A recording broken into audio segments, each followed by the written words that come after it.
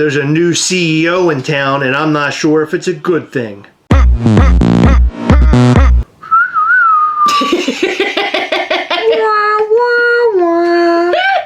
There's a new CEO in town.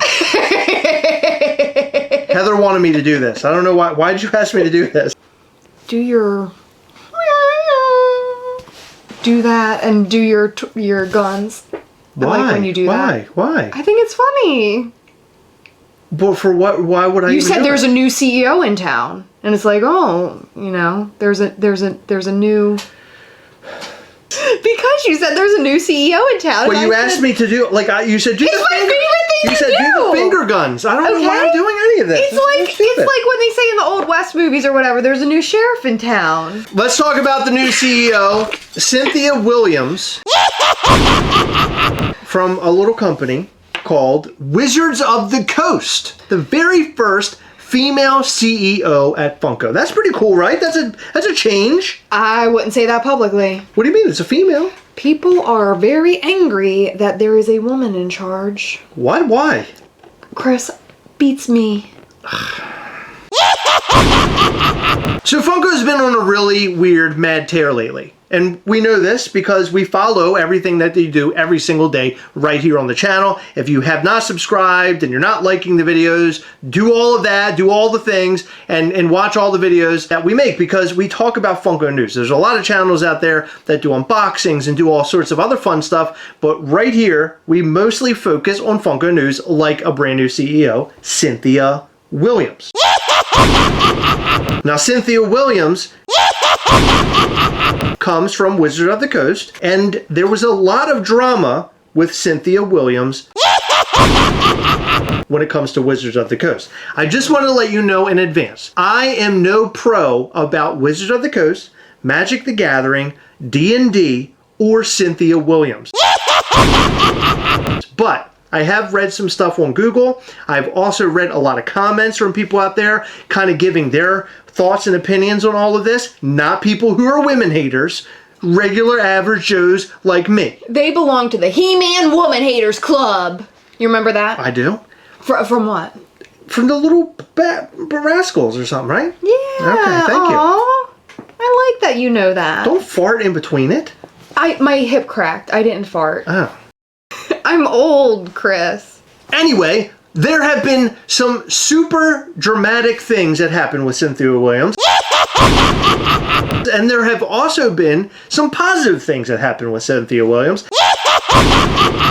So let's talk about some of the positive things first, because it gets real shitty real fast. So one of the most positive things that happened when Cynthia Williams was CEO at Wizards of the Coast, which she was only the CEO for about 2 years. She got in right around 2022. Prior to that, she was with Microsoft. When she was at Wizards of the Coast, she was there during Baldur's Gate 3. Baldur's Gate 3 is a humongous game. It is a super popular game, and it was during her tenure. You ever think about tenure? It always feels like 10 years. Yeah, but it was only 2. But it was only 2. Yeah. Anyway, Baldur's Gate 3. Now, Baldur's Gate 3 was actually in the works prior to her getting to Wizards of the Coast. Okay. Okay? But while she was there, it dropped, and so therefore she looks fantastic because she's a CEO, and Baldur's Gate 3 is here, and Baldur's Gate 3 is everywhere. It's just everywhere. Digital bukkake. And apparently during her tenure, Magic the Gathering and D&D flourished. It did really, really well. And those were only a couple things that were super positive during her 10 years. 2 years. But there's a handful of negative things. And let me just start off by saying, it has me concerned. Funko has been doing a lot of weird stuff lately.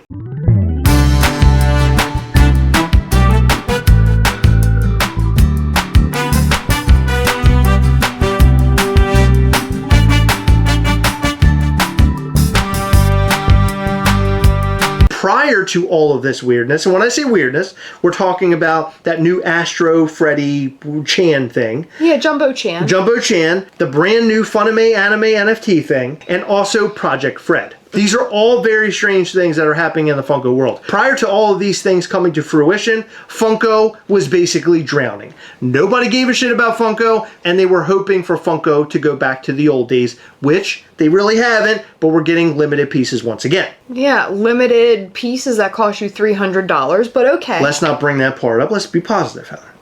Positive about what? Anyway, Funko was not looking so good. Now all this kind of like interesting like things have been happening. Now this has been during a time where this person isn't the CEO. What's the biggest problem with Funko? I think the biggest issue that we have steadily seen is overproduction. Bingo, Heather. During Cynthia's reign as CEO over at Wizards of the Coast, they had overproduction issues with Magic the Gathering. Oh. So a lot of people are bringing that up right now, and for good reason, because Funko has been known to do that recently, which is not a good thing, and we recently got word that Funko is trying to be a slim, what was it? A lean startup. A lean startup. That's what they called it, a lean startup. And to bring somebody in who's known for overproduction, is that a good thing or a bad thing? Apparently, she was a part of the Xbox team. By the way, I'm getting all of my information from a website, GeekWire. She went from techie video game, I can assume, because Xbox, so video games, to like card games. But like semi-collectible card games, is that right? Is Magic sort of... Well, Magic's a card game. It's also very highly collectible. Okay, this is interesting. So I see the tie between Xbox and Magic, and then from Magic, I see the tie to Funko if it is collectible.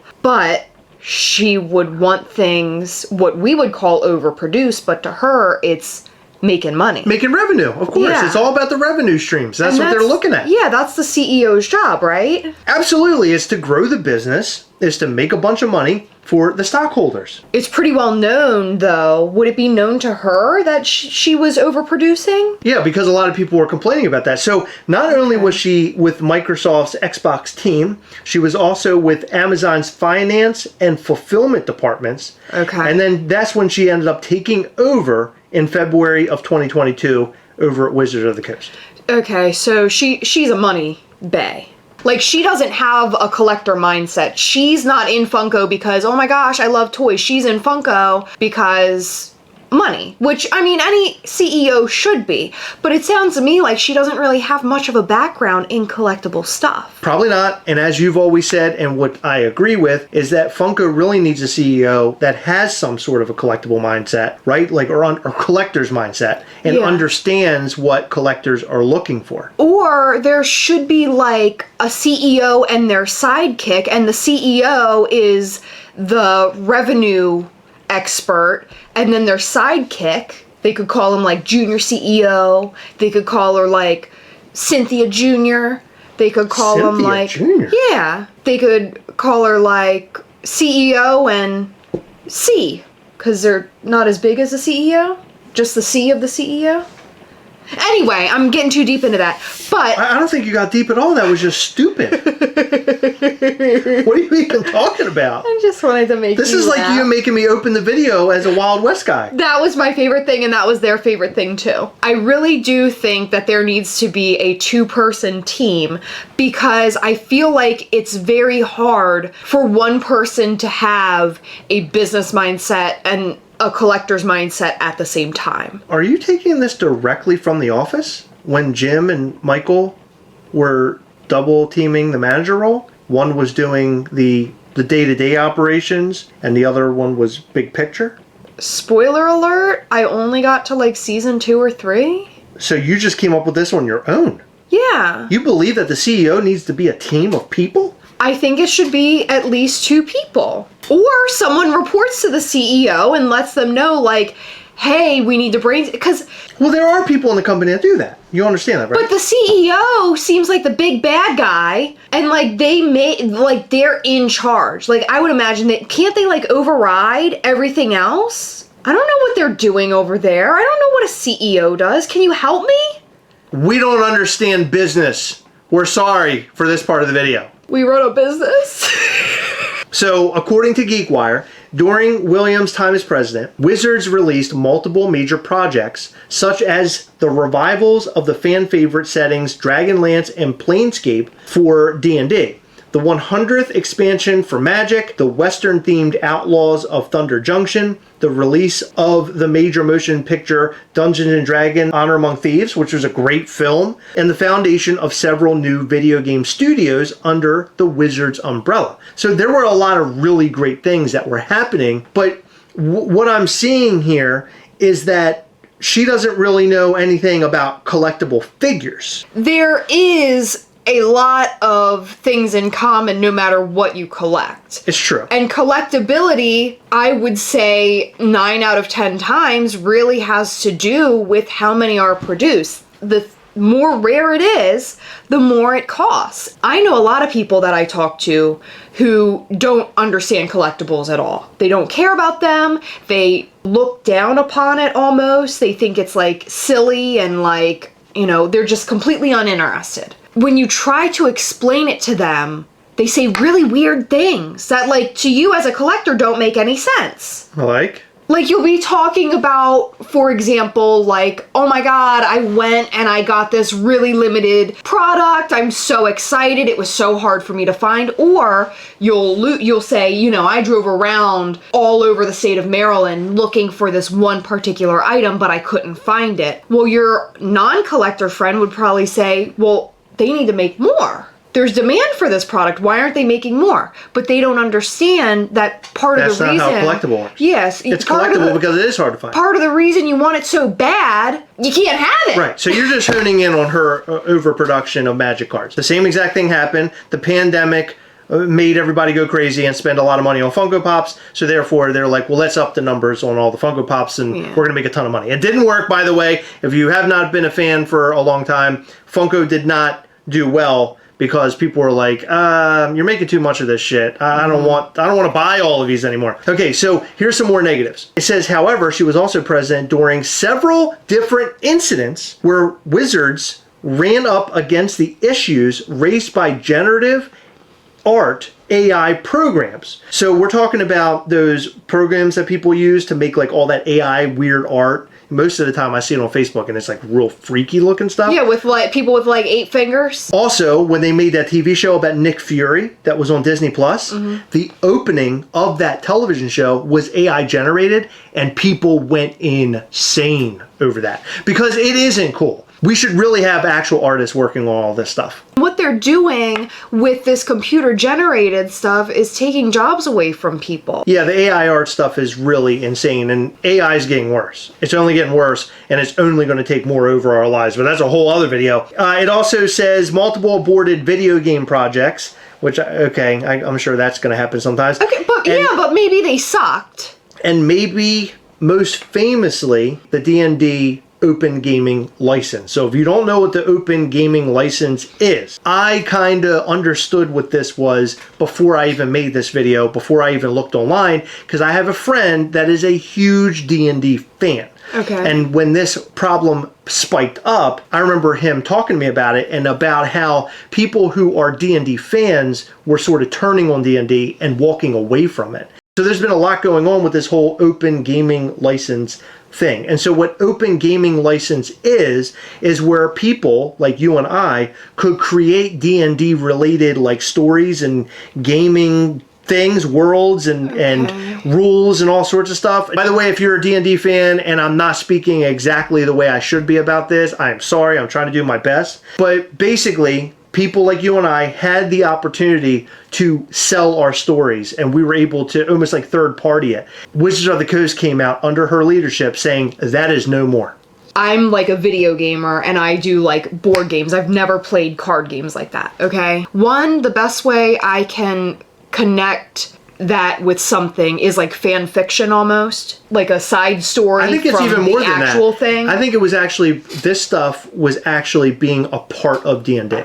The other thing I'm thinking of from D&D's end, and like Chris said, if I'm speaking the wrong way, I don't fully understand this, so please don't get offended. I feel like D&D might be wanting to keep their IP as theirs, and they want to be in charge of what happens in their world. But it's not that. Okay. This is more along the lines of money. They want to make sure that they're making all the money. Yeah, I think that's the real. So, I think that's the real point. Obviously, because it's a CEO decision, we would assume, but it's essentially them wanting to protect their own IP, so they are the ones making all of the money. Yeah. Sort of similar to how Disney often has Etsy shops shut down who use their IP because Disney wants to make all of it. Did you ever see where Disney had a backlash on people who had tombstones created for their kids with different characters on it, and they wanted them to remove it? That's a thing, by the way. The Open Game License is a public copyright license that allows tabletop role-playing game developers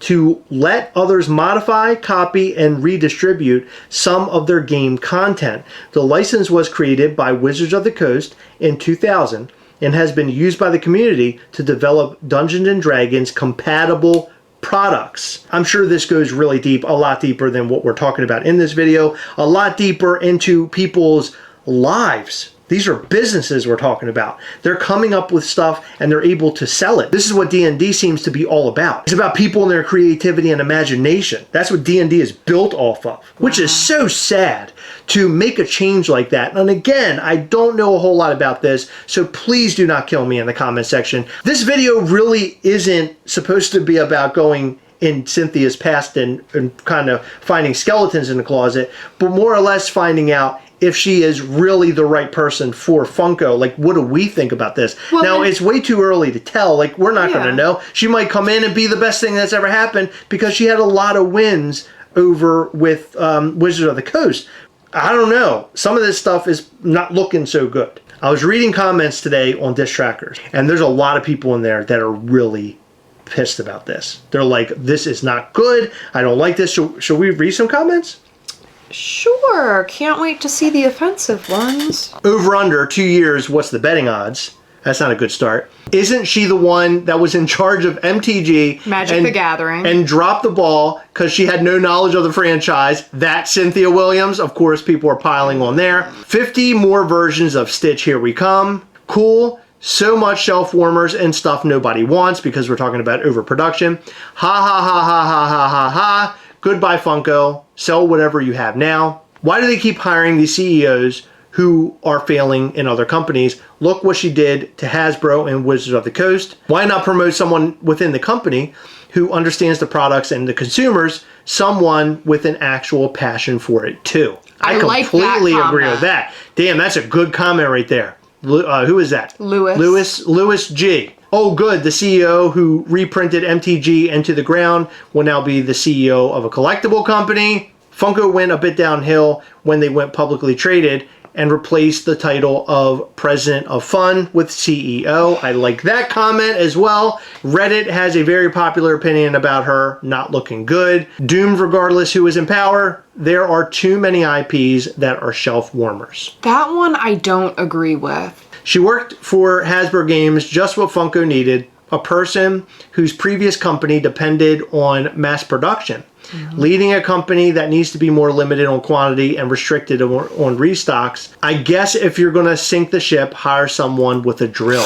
Damn, that's a really Louie, that's hard. You went real hard. This person's all caps. Let me go ahead and read this. This is horrible. There is a reason Wizards let her go this year. She had Magic being overprinted to the ground. She couldn't even tell people what Magic was in an interview, LMAO. Cynthia better know what the people want. I like that one. Some things when I hear a woman is put in charge of, I get that feeling of let down. Oh, come on. We are very good at many things, like driving and making food.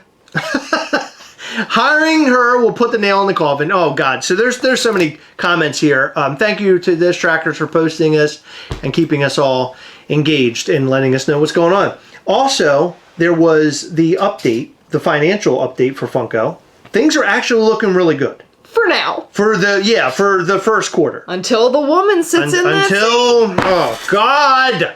I don't know what to think. I'm trying to stay positive, which is why most of this video isn't me yelling and screaming and pissed off that this person who didn't do really great things at our previous company is now becoming the CEO of our favorite collectible company. So I like to see the proof before actually judging too harshly. That's why I try not to be super harsh anymore, because remember way back when we first saw Funko sodas and I said I hated them. What happened when they came out? You loved them. Exactly. Now they're gone. They're not completely gone. We're still seeing them, yeah. Yeah, we're still seeing them. I like for people to prove themselves. And another thing that I really believe in, learning from mistakes. So I'm hoping that Cynthia... You're hoping that she learns something. My friend Cindy, my girl. Why are you calling her Cindy? Her name's Cynthia. Because sometimes you go by Cindy. I don't think... Is Cindy another name for Cynthia? Is that a shortened version? Can Cindy be short for Cynthia? Oh my God. I did not know that. Thank you for updating me on shit that I don't care about. So my girl Cindy, I hope that she took the criticism from the Magic the Gathering fans being really upset with her. I hope that she learned a bit more about the collectible community, and I hope that she is able to utilize what she has learned while leading Funko. I really don't know what's going on. I feel like lately we're just in this bizarro world with Funko. It's it really just seems weird. like so much nonsense all the time. You got the limited figures dropping. You got to jump into a lottery to possibly get them, and they're like $300, and everything's so ridiculous. And now they got an anime Instagram. Like, what's that? What's happening? I don't understand what's going on. It's crazy. Heather has me opening up with little finger guns and a cowboy hat. What do you do? Did I do it right? Is that how you unsheath them? I don't know. I don't know what we're doing anymore. Let us know what you think about Cynthia Williams or Cindy Williams in the comment section down below. Cindy, only if you're like If you're girls tight, with if you're her. toy, like a toy gun. But listen, if you have some sexist bullshit to say about Cindy, don't put it in the comments. I will shame you all day. That's bullshit. It's 2024. Get over it. We're not looking for that, so please leave that out of the comment section. But in every video, we like to shout out to our patrons from Patreon. In this video, we'd like to shout out to Douglas Hunt, Jacob Foster, Snaps by Reyes, Anita Atkinson Antonia, Chris Grist, Michael Niskovich, Stacy Lehman, Trudy Scarborough Farlow, AJ Barbary, Jennifer Crawford, Amani McKinney, Tiffany Anderson, Kelly Spears, James Dieter, Brian Ordell Jr., Ashley Shelley Ann Nelson, George Gifford, Laura Ann Puala, and Sergio Lopez. Thank you guys so much for your continued support. We appreciate all of our patrons. You guys are amazing, and we love you, and we appreciate all of your support. And if you want to be an awesome supporter of this channel, check out patreon.com/Gastlecast for all the ways that you can show your support. We appreciate any support that we can get. It helps this channel in a very big way. And also, the cool perks in return, you get to come on live with us every single month through Google Meet. We hang out, we do giveaways, we show you upcoming Mischief toy stuff that you can't find anywhere else. Also, if you haven't already, hit that like button, subscribe button, and the little bell. That way you'll know anytime we go live or post brand new content. You don't want to miss our new content. Come and join us. Thank you so much for staying until the end of the video. We appreciate you. We will see you in the next one. Bye.